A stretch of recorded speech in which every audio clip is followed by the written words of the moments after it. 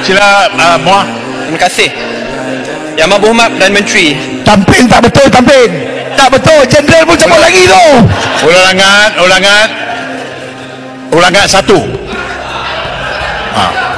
First warning jangan bangun lagi. Okey, arak dia Muah. Saya nak bangkitkan masalah dengan cadangan solusi pada Yang Amat Berhormat Perdana Menteri. Dua Perdana Menteri yang lepas, walaupun majoriti yang lebih tipis, walaupun didesak untuk campur tangan untuk gugurkan kes, mereka tidak tunduk kepada desakan tersebut sampai ke satu tahap tanpa campur tangan. Hakim establish ada kes prima facie. Persoalan yang rakyat ajukan, mengapa walaupun sudah adanya kes prima facie, selepas lebih 100 saksi dipanggil, ribuan dokumentasi dibentangkan di mahkamah, pada minit-minit yang terakhir sebelum keputusan, tiba-tiba pendakwa raya baru yang dipilih selepas yang lepas bersara awal memilih untuk menggugurkan kes tersebut. Sebab rakyat bangkitkan kegusaran ini kerana sebelum pilihan raya, Yang Amat Berhormat Perdana Menteri semasa jadi ketua pembangkang yang saya sokong dan dukung, sendiri kongsikan bahawa Yang Amat Berhormat Perdana Menteri masa itu tidak dapat sokongan SD yang mencukupi kerana tak nak tunduk kepada desakan perasuah. Persoalannya itu sebelum pilihan raya. Selepas pilihan raya, adakah perjanjian itu berterusan? Dengan itu ada dua cadangan ringkas, sebab whether we like it or not, kes ni dah terlepas. Baik. So ada dua cadangan ringkas. Pertama, Muar akan berikan sokongan sedikit. Yang Muhammad Muar, soalan-soalannya Mak Muar ni, cadangan. Dia tak dengar penjelasan kita. Please Muar. Saya dah sebut dalam beberapa Muar dah bukti ke Muar? Termasuk Ali Muhammad yang sebelah sana, yang kawan yang Muhammad sekarang pun ada prima facie cases tapi dibuang.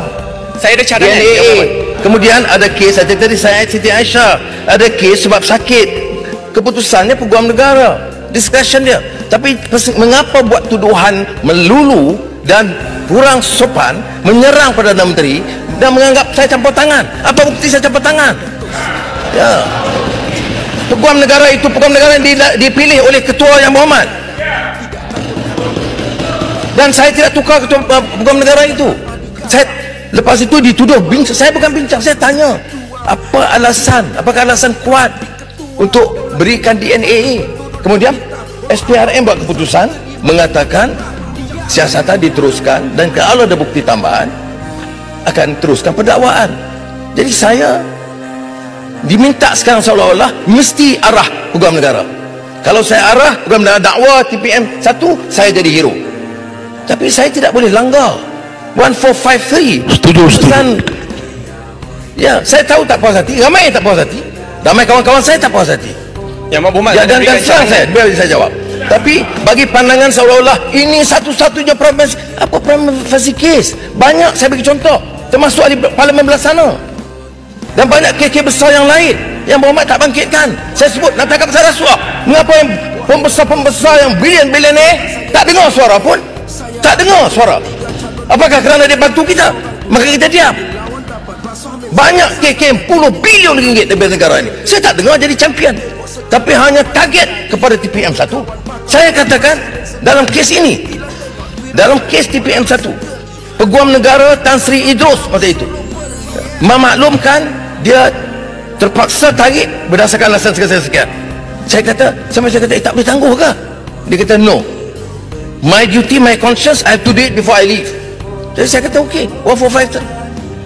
Yang saya petikaikan bukan saya petikaikan hak yang Berhormat bangkitkan, tapi saya petikaikan bagaimana secara melulu munafik. Faham tak apa istilah makna munafik ni? Kecam orang, Perdana Menteri yang telah tinggalkan prinsip, yang telah bergadai kerana nak jaga kekuatan. Tak ada syarat. Tanya pimpinan yang ada di sini. Saya terima tambah syarat. Pimpinan, saya nak sebut pimpinan mana yang ada di sini. I said no conditions. Ya. Dan saya tak ada susah. Jangan ingat saya bimbang. Saya lama pembangkang. Saya lama dalam penjara. Juga saya takut kedudukan ni. Stay. Ego. Tak usah cari hero lah Muar. Tuduhlah. Bukan, jadi saya tidak pertikai hak yang Berhormat tanya. Tapi jangan hukum. Jangan jadi hakim. Dari pendakwa jadi hakim, jadi siasat, terus hukum orang. Tak boleh. Saya nak bagi tahu, nak nasihat kepada muda. Jangan hukum. Saya tahu ramai yang tak puas hati. Betul. Itu hak mereka. Tanya peguam negara. Bukan bagi alasan. Saya simpati juga kerana peguam negara sekarang dan terpaksa bagi penjelasan. Keputusan itu dibuat oleh mantan peguam negara yang dilantik oleh Paguh. Dan dia bagi alasan yang bagi dia kuat. Saya dengar, kalau saya mula bagi penjelasan, jadi masalah saya sudah bias. Di Singapura bila ditanya saya jawab, tapi saya dinasihatkan jangan jangan tambah, just keep it to 1453. Kalau you bagi alasan berlaku explain 11 points itu seolah-olah you terlibat. Jadi sebab itu saya tak boleh jawab selain mengatakan ini dibicara 1453 oleh peguam negara. Yang Muhammad, dua cadangan ringkas. Saya faham perkara sudah. Tambun nak bagi ke tidak? Tambun nak bagi ke tidak? Saya tak berhenti kat sini. Terima kasih. Saya bagi. Okey. Tetapi saya nak nasihat, jangan tuduh orang seperti mana dituduh begitu. Okey. Saya tidak boleh terima. Betul, sudah gunakan parliamentary right? Yes. I respect your right to express your disgust, your unhappiness, fair. I never question that. Malah selama ini semua kenyataan-kenyataan yang Muhammad atau muda saya tak pernah jawab.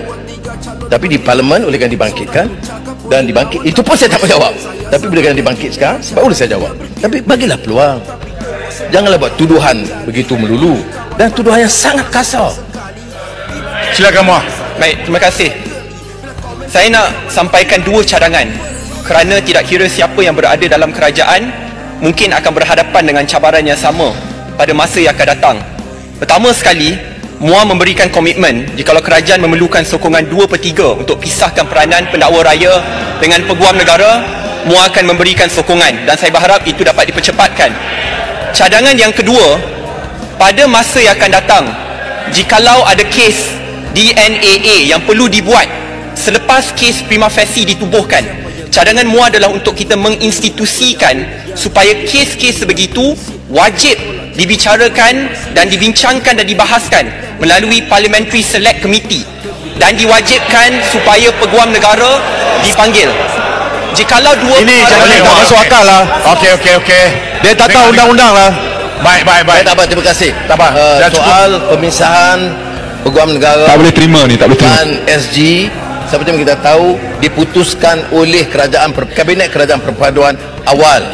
Kertas dasar dibentangkan beberapa bulan kong-kali-kong lah oleh Menteri Undang-Undang, Menteri Jabatan Perdana Menteri bahagian Undang-Undang telah diluluskan dan sekarang Menteri berkenaan telah pun serahkan kepada Select Committee. Jadi itu stage dia, ya.